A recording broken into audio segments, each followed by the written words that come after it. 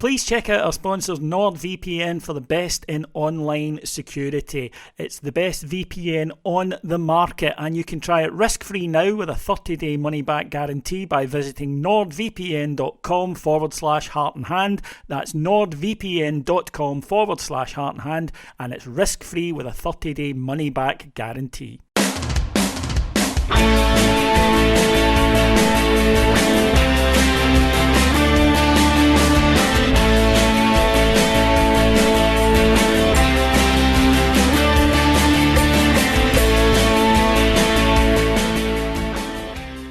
Hello everyone and welcome to Heart and Hand, the Rangers podcast. My name is David Edgar and as always I am your host, and joining me this week to go over Rangers' 2-1 victory over St Mirren at Ibrox and look ahead to what appears to be a massive midweek trip to Pittodrie. First of all is Cammy Bell.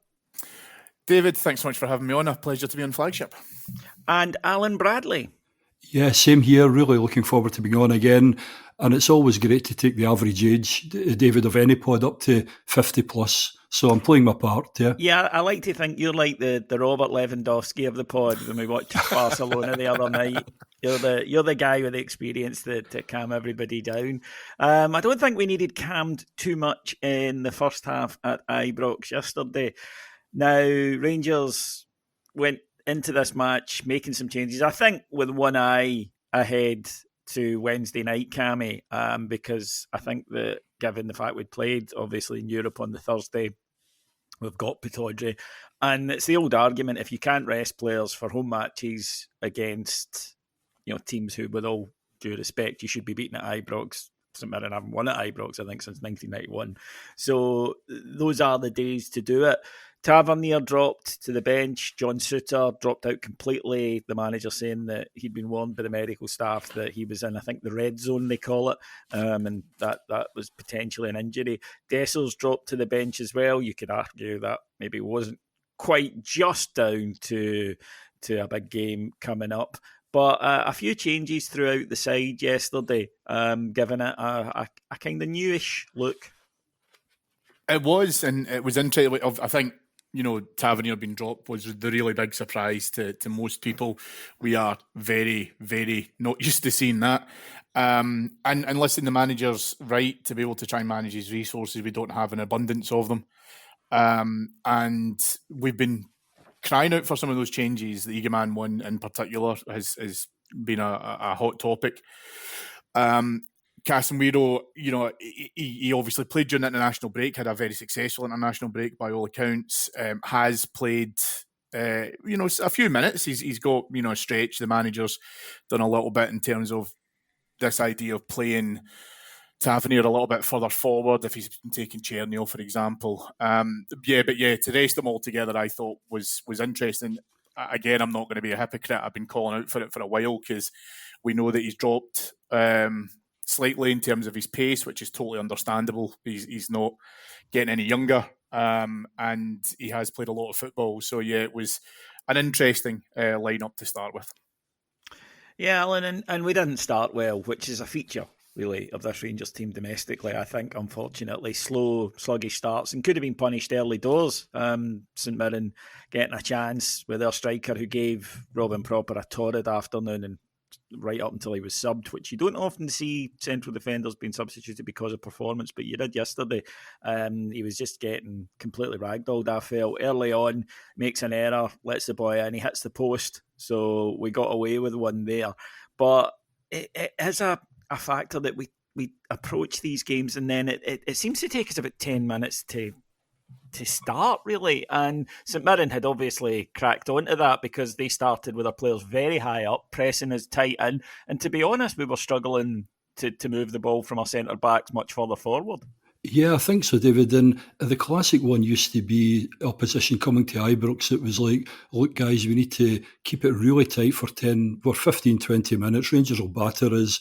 Then, as things kind of calm down a wee bit, the crowd quiet and we get into the game. But now it's the opposite. Now it's as if, look, they seem to be awfully nervous. The atmosphere isn't great, between even the fans and the players. There's uncertainty. Let's go out now and actually go from the outset. And I think probably the first 10, 15 minutes, they were actually kind of the better team, as you say, David. And it was it was that old knife through butter thing again, which was really annoying me. More so, obviously, on proper side of it. And up front, they did. I mean, there was a lot of good movement and so on. So, yeah, to start off with, it was my goodness, it should be up at the other side. Clearly then, after a couple of those kind of missed opportunities and so on by St Mirren, then obviously we kind of turn it a wee bit. I mean, you go through in terms of detail, David, so we suddenly get the one and I think, oh, that's good, here we go as ever. Alan automatically says, we need a second one. Well, go into the details. I thought the first half at the end, it was just like really disappointing, and you'll come on to it, but obviously second half, the latter part of it was probably the only real kind of enjoyable thing. And again, my overall one, David, it was going to the game always going, just get the 3 points. I don't really care. We've had the European one. So at the end of the day, we get that one. But it would have been nice if somebody had sprinkled on just a wee bit more excitement and a better performance too. Yeah. Yeah, a wee bit too much excitement towards the end when we were just sitting on the 2-1. I'd rather it had been a bit duller then. But I know what you mean. There wasn't in the first half much really to get excited about. We score the goal. Mohamed Diamande, he's there. Nico Raskin does well actually. And you could watch this goal back, folks. You can see how much he's concentrating, get it on target. He controlled it well, didn't he? Control it, at least get it on target. Because then what happens might happen. The goalkeeper spills it and you've got a player who's there to tuck it away. Did well, Diamande, playing that wee bit further forward in that position. And Cammy, Diamande's an interesting one because I do think he's got talent. I know a lot of Rangers fans will disagree with me on that, but I'm not quite sure where his position is. And we've seen him play as a 6, we've seen him play as an 8, and now we've seen him play as a 10. And I'm not quite sure he's really imposing himself the way you would like to. I think that he's very good at taking a ball under pressure, and you need that, especially in Europe, where a guy that can take the ball with somebody close to him and keep it and turn. But he's not quite imposing himself on games for me the way I would like a player in that position to do. Yeah, I mean, I think St Mirren had looked to how well Raskin and Barron had done against the FCSB, and they got a fair bit of joy with some open space. And there was pockets of space I noticed through the middle of the park, and it just felt as if Raskin and Barron couldn't really kind of come into it. And almost that's where we did miss Diamande, because he can, as you rightly say, take the ball in at feet. He can operate in close quarters because he will get, pressed down pretty quickly. They'll see him as a result of being able to turn and ideally being able to try and pivot in the ball and release it through the middle on either one of the flanks. The 10's an interesting one, I think, for Diamande, because I think that our hope would be that anyone playing within that, and Tom Lawrence, by the way, has had some joy with this, is to try and have a look up and almost instinctively look to be able to try and get a shot away. And I don't know if that's natural for him. I think he's instinctively looking to be able to try and maybe play a ball through or, slip someone in. That's almost where his head goes to first. And I think if we are going to play someone in that 10 role, and I think you and I, Davey, have a preference for who we would like to see within that 10 role, it's going to have to be something which he's going to have to adjust his game accordingly. I feel that I would rather see him within that 8 role. I just think he works slightly better because Barron does like to come back. He will, help out the defence a lot as well, so you don't want to encroach on that too much. But listen, the goal that he scored, you guys said it absolutely right. He had to be able to take his chance at that point. The game needed a goal. St Mirren came out, we were really poor, pretty much throughout the first half, but I thought especially so right from the first whistle. And that goal came at a good time for us just to kind of calm people down a wee bit. Yeah, the first half, we just never got going. I mean, it really is that simple. It was similar to Kilmarnock last week. We were very loose in possession, I felt. Very loose. Now, that might be a case of, after the Lord Mayor's show, the game on Thursday, but we've seen that before from Rangers. Now, I just didn't feel we were looking after the ball well enough in the middle of the park, Alan. That left our attackers quite isolated, I thought, and they were having to come back to try and get involved. But of course, they're dropping so deep that when they're getting the ball, the three of them, they turn around and there's half a pitch and 4 or 5 guys in their way. We talk a lot about bravery in football, Alan, and sometimes the mental image we get, is Terry Butcher with the the bandage on and the playing through any Andy Gray sticking your head in where you might get hurt. And that is bravery to a degree. But there's another type of bravery in football, which is wanting the ball when a team's pressing you. And I felt we lacked that yesterday. I thought it was safe option constantly in the first half. And because of that, we weren't getting anywhere. The crowd were getting antsy. Balogun and Proper to the goalkeeper seemed to be the most repetitive thing that was happening really yesterday. They were the three that seemed to have the ball the most, and that's kind of when you do need players to come in and say, no, I know they're pressing us, but I'm confident enough in my ability to take the ball on the half turn and go past them. And then when you do that, you create that space to move forward. Yeah, I think you're right, David. I mean, I think they were kind of smothering us compared to the European game on Thursday, where I didn't feel, obviously we get more time, that helped us, we had a bit more time in the ball, but St Mirren, quite rightly, were aggressive and working on smothering us. And as you say, it then suddenly becomes the default is I'll just kind of play it back, it'll go across the ball, it'll go to Proper, whatever, we'll wait and see what's happening. At times back to Jack, who looked a bit nervous at times as well. And I think you're right. We need someone in that middle to say, no, I'll take it tight, and actually then beat someone. And as you say, once you actually get by one of them, someone else is to kind of leave their man, and away you go. And I don't know whether that's just a kind of psychological, kind of attitudinal thing. It's safety first. I don't want to make an error. No, the lack of confidence. And I would much rather, and I think now we are a bit cuter, we should know that. Obviously, we've looked at better quality players where it was like, doesn't matter how tight it is, give me it. But to me, I would much rather someone did that and okay, maybe went by, didn't quite get the pass right, but you go, right idea, than, as you say, let's play it out to the side, play it across, play it back, because there's a noticeable kind of the grumbling, certainly at Ibrox in particular, and all that does is it gives confidence to the opposition, and we tend to just go down a wee bit, yeah. Yeah, and that's an interesting point, and one I agree with, which is that a couple of times in that first half, I think Bayrami tried one, Jefty tried one, well, they tried that quick through ball, and it was cut out, and it was good defending, It wasn't a bad pass, and the crowd did applaud, and you heard a lot of, unlucky, right idea, if you do I'll just recycle the ball and I'll give it, I'll turn back where there's no pressure on me and I'll give it back to the centre halves. If players think that the fans don't notice that, Barisic last season was a case in point. He was forever doing that, and the fans notice. They know what you're doing, and I do think you actually get a wee bit more credit for attempting not suicide balls that leave you open. Don't get me wrong, but just trying to force the issue a little bit. And when we did concede, now fair's fair. I do have a thing in my mind, Cammy, that we're not a great side defending set pieces, right? And that's because of the last couple of years. But this is the first one we've conceded this season, so fair's fair.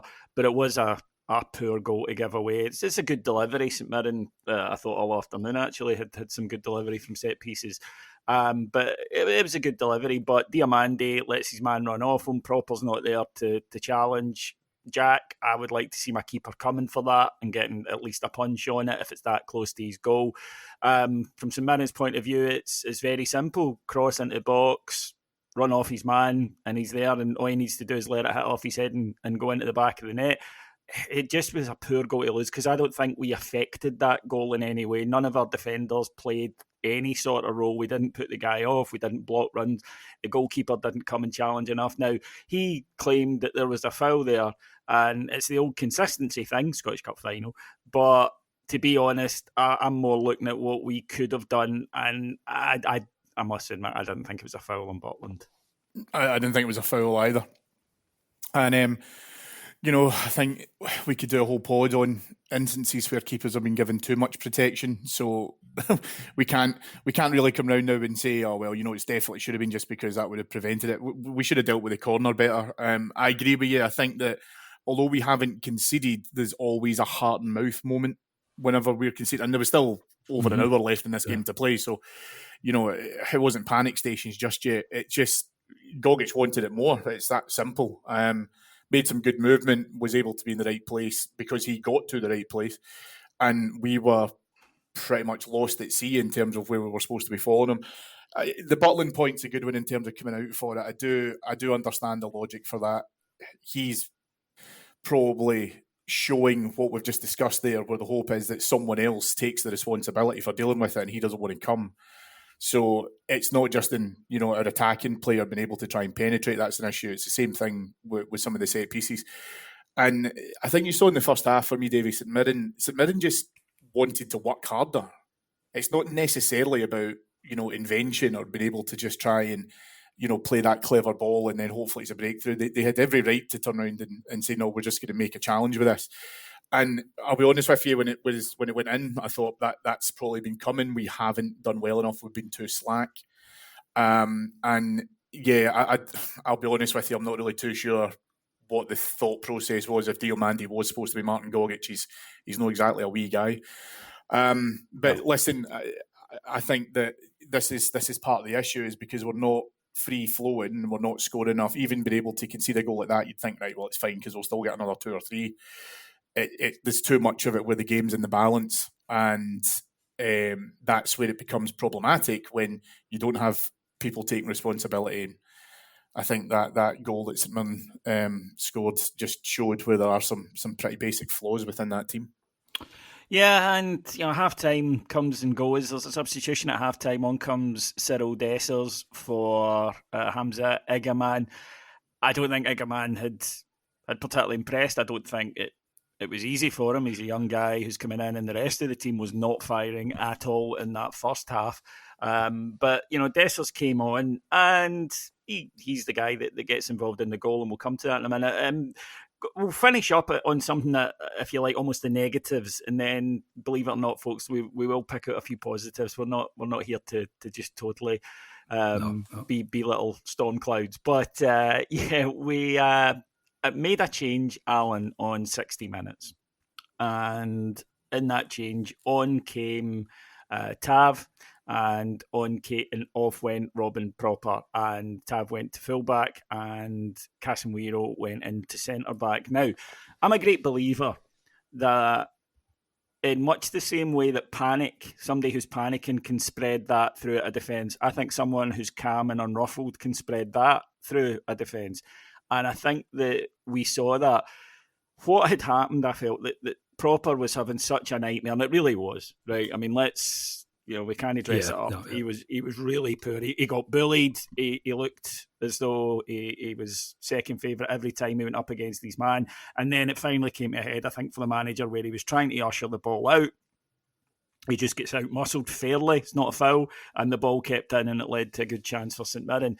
And the manager acted straight away. Now, Casemiro went in, and one of the things I like about him is he just looks totally unruffled, right? He just gets on with it. He just defends. Very rarely do you see him have to slide tackle because he doesn't need to. His positional sense and his pace deal with it.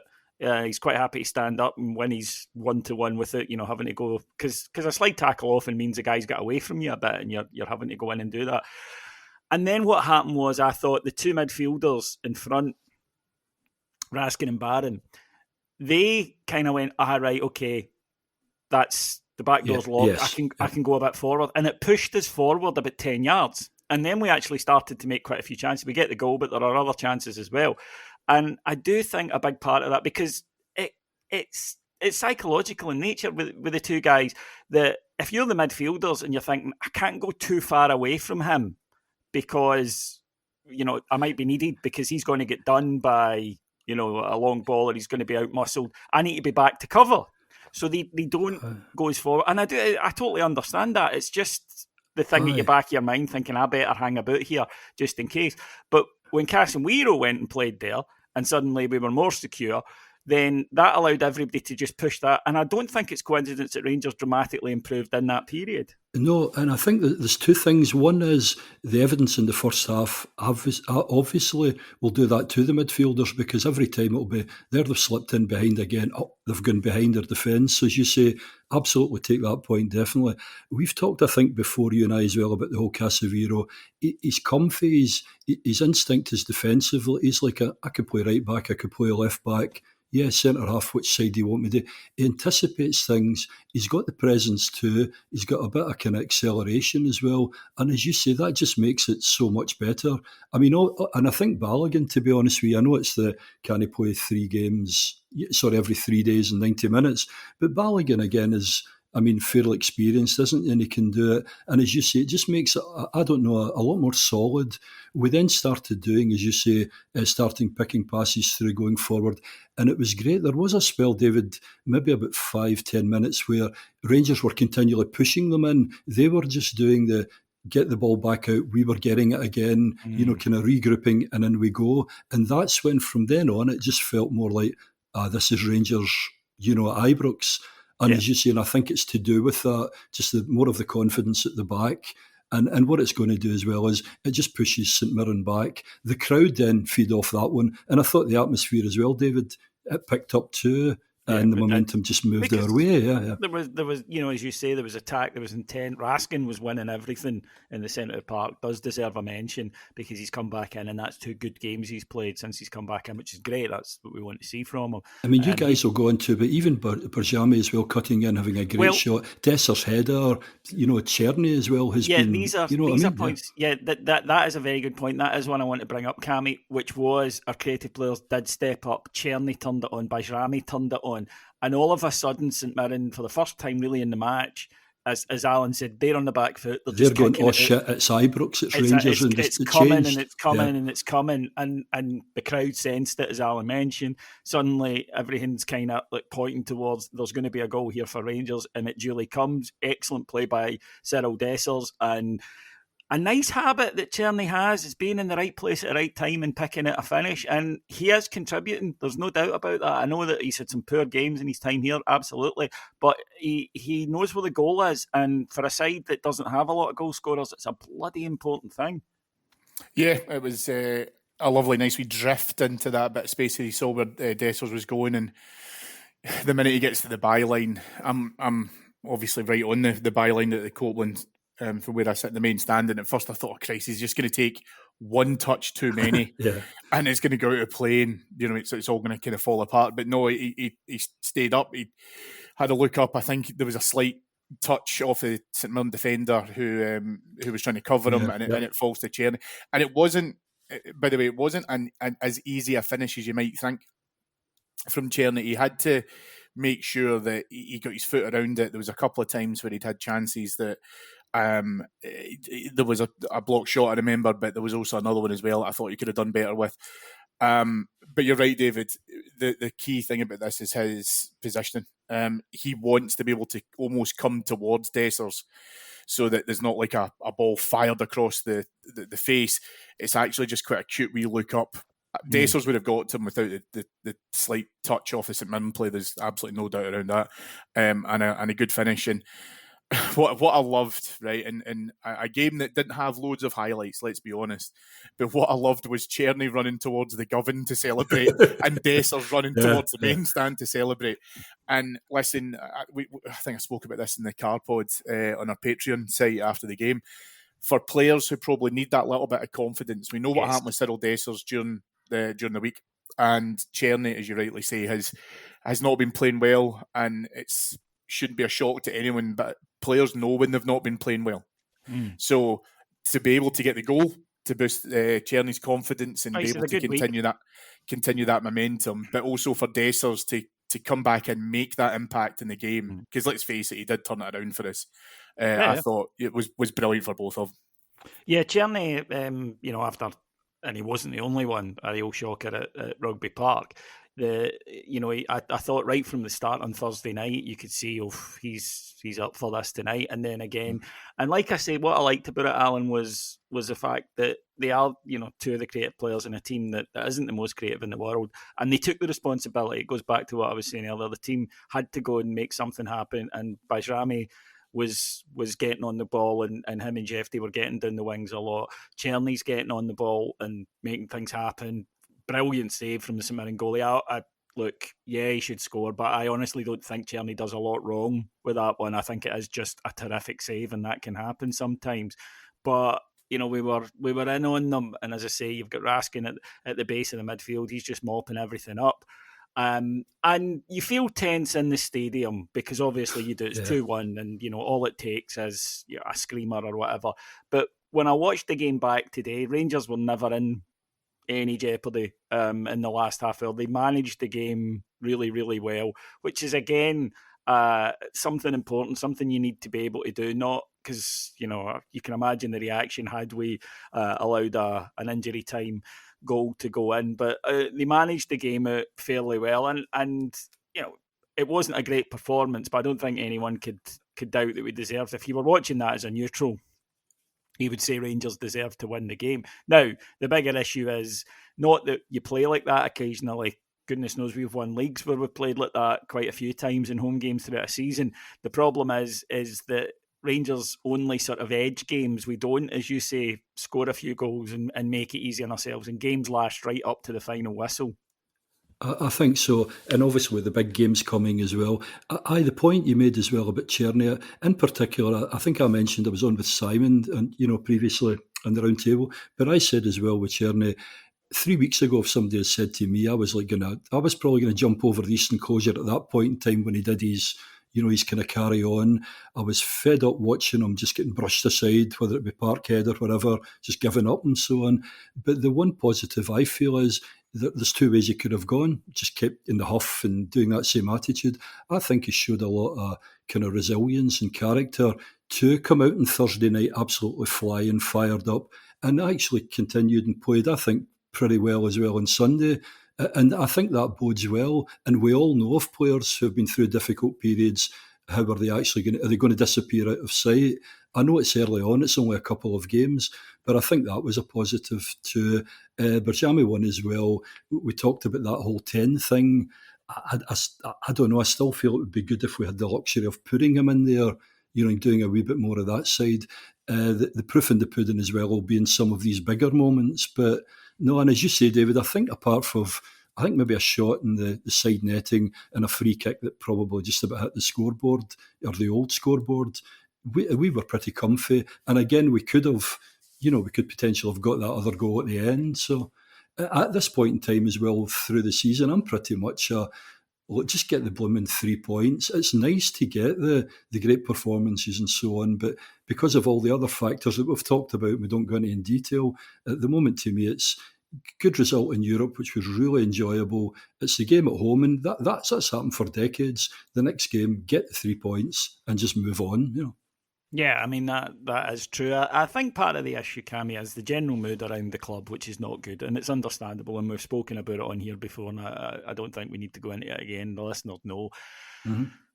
However, the opportunity is there for them to turn that round with a signature win, and a win that would do more for that than Europe would, which might sound strange when you think about it. The money you get for a win in Europe, and it's the biggest competitions. But the reality of the situation is there's a sense that Rangers haven't won in any huge domestic games for a number of seasons, and generally they're against Celtic.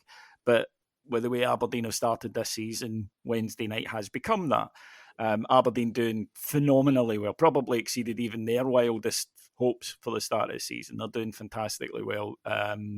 Great win and run, and while it pains me to say it, they've looked good while they're doing it. They'll be very confident of getting a result. We know they always put in a performance against us, but we don't even have they'll lie down to Celtic to fall back on this time because they didn't. So you're going in to face a confident side who believe in what they're doing. They will come at us. The crowd will be going nuts. This is where a Rangers team has to stand up and be counted.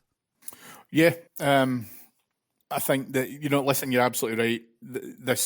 A win on Wednesday would actually mean so much more than last Thursday's win in Europe. And for all the reasons that you've mentioned, we've been disappointed in the league. We've been especially disappointed away from home, and the lack of goals that we've scored. I think the question now has to be, because I still believe that this Rangers team can, on its day, outplay this Aberdeen team, no matter how well they've started the season. The challenge has to be winning your personal battles, being able to go toe-to-toe with guys who are absolutely brimming with confidence. They'll be at home, as you rightly say, there's all of the context to say around they're always going to raise their game against us. This is going to be their biggest game in the league so far. And for me, I think that the most important thing that we can try and do is just look at the last two games, David, right? We showed some excellent football against FCSB. We were given space and time and opportunity to be able to go out and absolutely achieve a well-deserved win. St Mirren, we kind of had to grind out a little bit. If you had to look back on Sunday's game with a little bit of a positive in terms of, we didn't concede in some of those chances that St Mirren had. We kept going, we kept plugging away, we got the 3 points. Players who needed confidence got it.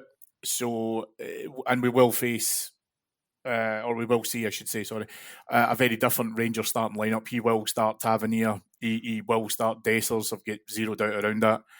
A bit of question around Tom Lawrence. I'm fairly sure he won't be playing.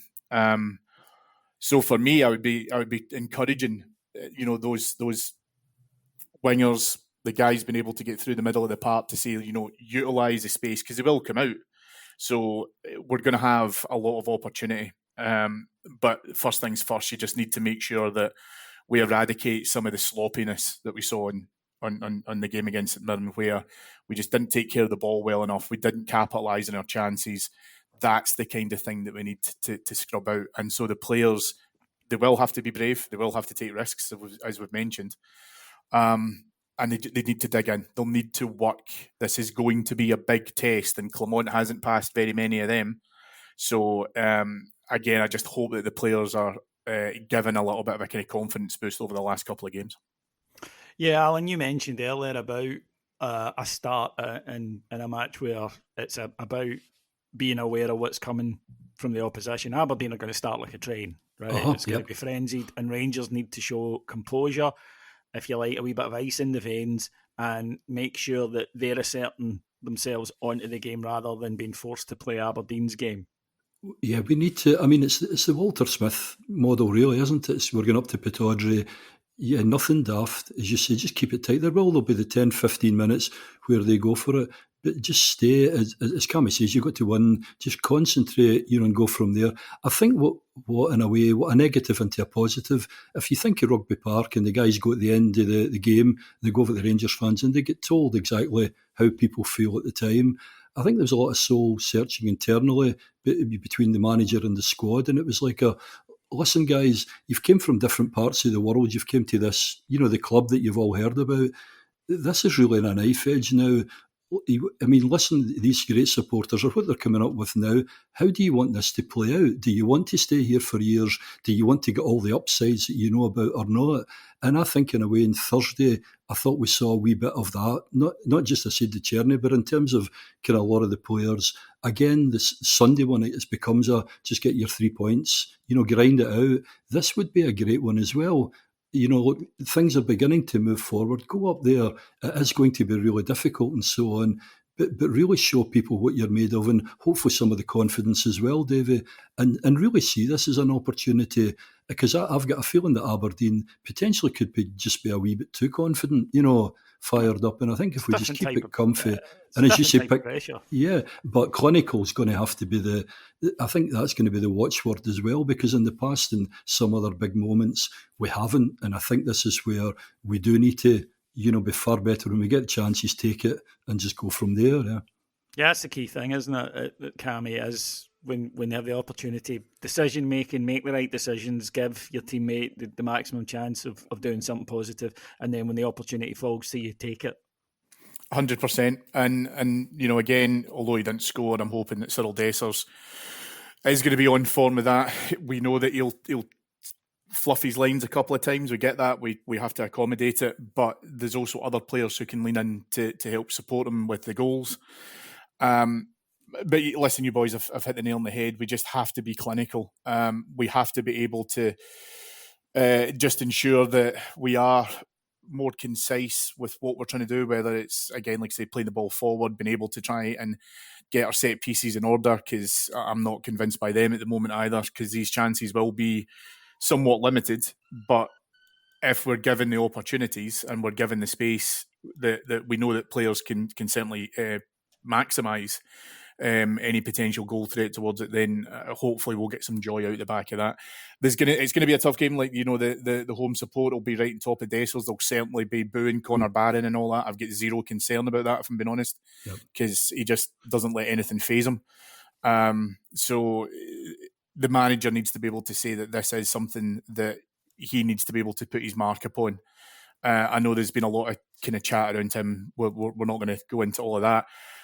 But this is where he needs to make sure that the starting lineup that he puts out there understands exactly how important this game is. It is about winning your individual battles, Alan, isn't it, in a game like this? Because, Aberdeen don't play anything that's fancy. It's not, Manchester City. They're big. They work incredibly hard. They've a big lad up front in Sokler that they play off. You know what you're going to get. It's not reinventing the wheel, but they will be up for it. And if we get outworked, and I felt we were at Rugby Park, then we're going to be in bother. I also think we need to use the squad well too, David. I mean, the likes of kind of Sterling as well, and potentially maybe later on Lovelace and McCausland, whoever, but we're going to have to use that squad into the kind of second half as well, just depending on how it's going. We might need to just, if it's going our way, a wee bit more physicality as well, and actually do what teams do to us at Ibrox. If things are going well, be more kind of cuter as well in terms of, just kind of taking the heat out of things. And but no, I think we've got to look at it as things have been going obviously well in Europe. Really poor performance on Sunday, but hey, it's 3 points.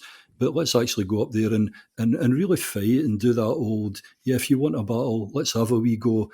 And then from there, just we've definitely got more class, but it's a case of making sure we're not just brushed aside like, we were a few weeks ago. Stand up to them and as I say, just finish your chances. And from there as well, if you then look at potentially the sort of the league games that are following from that one as well after the semi-final, we've actually got a couple of decent ones that potentially, I don't want to jinx it, could take us on a decent run from there.